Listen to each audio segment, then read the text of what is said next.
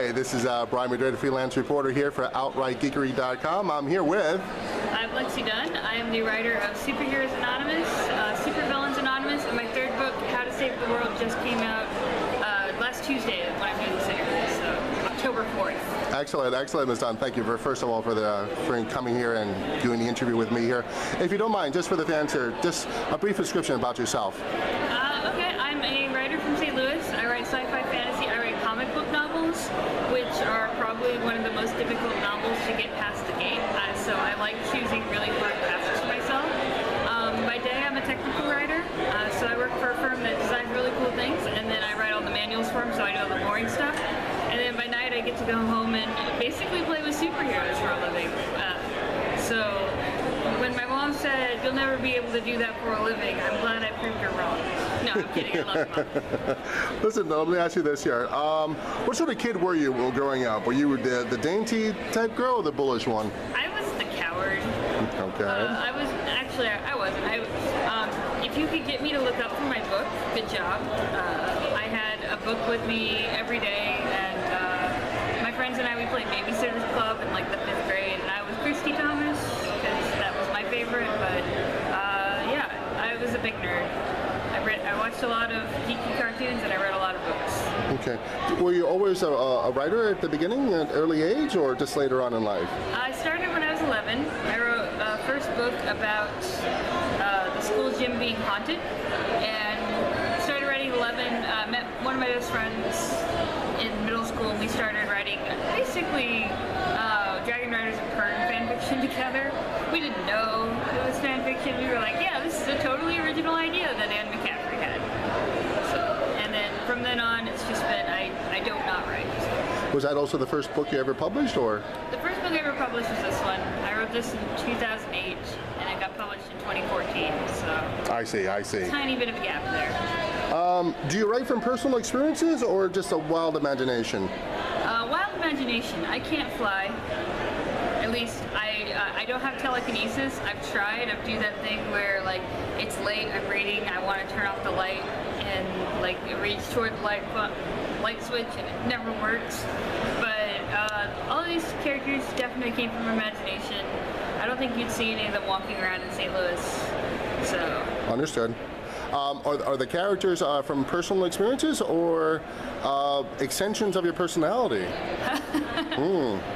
The main character of these books is Gail Godwin, and she is kind of a Lois Lane type that turns Supergirl, is how I describe the story. And she starts off the book getting kidnapped so often that the media has forgotten her name. Everybody just calls her Hostage Girl. And all the supervillains kidnap her like every time they want to get the attention of the hero that keeps saving her. So she is very much, I would probably in the same situation as her, like not do anything, like play dead. But she has my sense of sarcasm, and we're both a little quirky. Many paragraphs and pages and stuff but did you ever had a moment of writer's block? Oh. And how did you get over it if you did? I had a moment of writer's block this morning. I get writer's block a lot, but sometimes it's writer's block where I know I can push past it, and I do, and sometimes it's writer's block where I know I need to take a break, because a tree doesn't produce fruit all year round, so a writer, I mean, it's different for every writer, and I know I can't write all year round. Sometimes I need to stop, relax, go see some really terrible, cheesy, bad B movies, rot my brain a little bit, and then come back and return fresh. So sometimes I'm really good at figuring out which kind of writer's block it is. Like I'm nervous about something and I don't want to do it. And then sometimes I just know I need to work through it. Now, from what I understand from other writers here, they're trying to get their inspiration from their imagination and stuff but there's sometimes that you like to read something but you can't because you're afraid you might plagiarize something. Has that ever happened to you? No, I don't think so. No? It's come up with the project I'm working on. A friend of mine wrote, we're writing in the same city. Hers is about 20 years ahead of mine, like the time zones we're writing. But some of the things that happen in her book, I'm just like, damn it. Because like, I was like, I was gonna do that. So but I think that the fear of and unintentionally plagiarizing somebody is a real fear. But I also think that every writer brings something new to the table.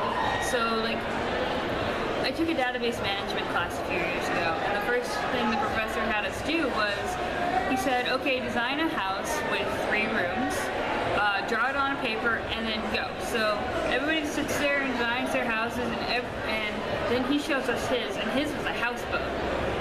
And like mine had 2 bedrooms and a loft, and the person next to me had like a roundhouse. So every single person came up with a different design. So you can give people the same idea, and everybody will take it in a new direction. Understood.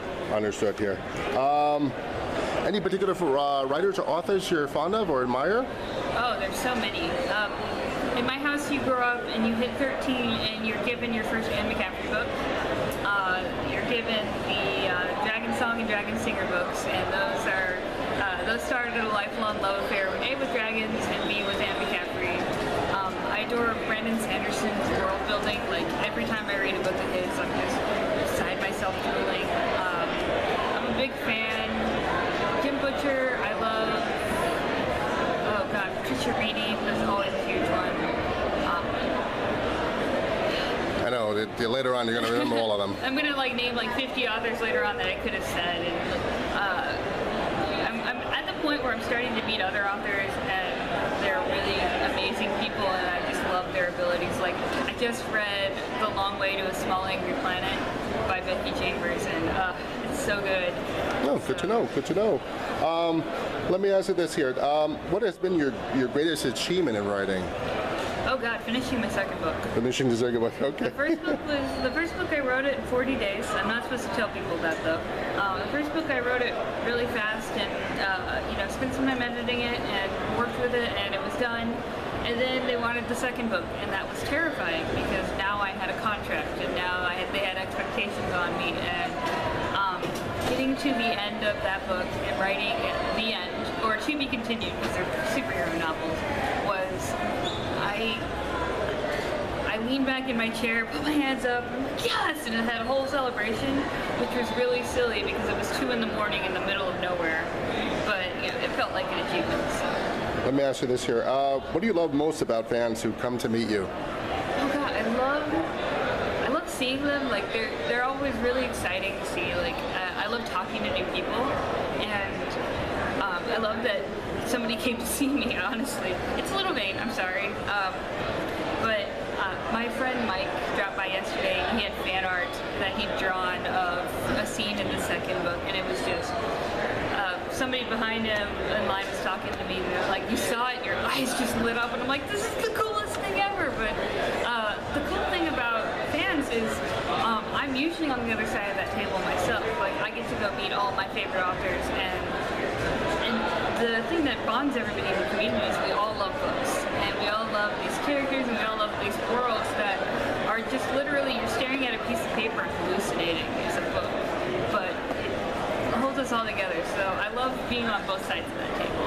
Understood, understood. Are there any up-and-coming projects you're working on right now? I can't say too much. I will say that I am working on a new series that is a total split off from, it's not anything related to superheroes. It's actually a new kind of project for me in general, and it's terrifying and wonderful at the same time. And all I can say is alt history, so not anything like my superheroes, a little more historic based, a little more sci-fi than fantasy.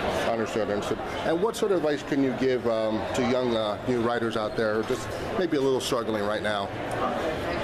It's really trite, but I talk to a lot of writers and they're like, I want to write a book, and I was thinking about writing a book, and the best thing you can do is write the book.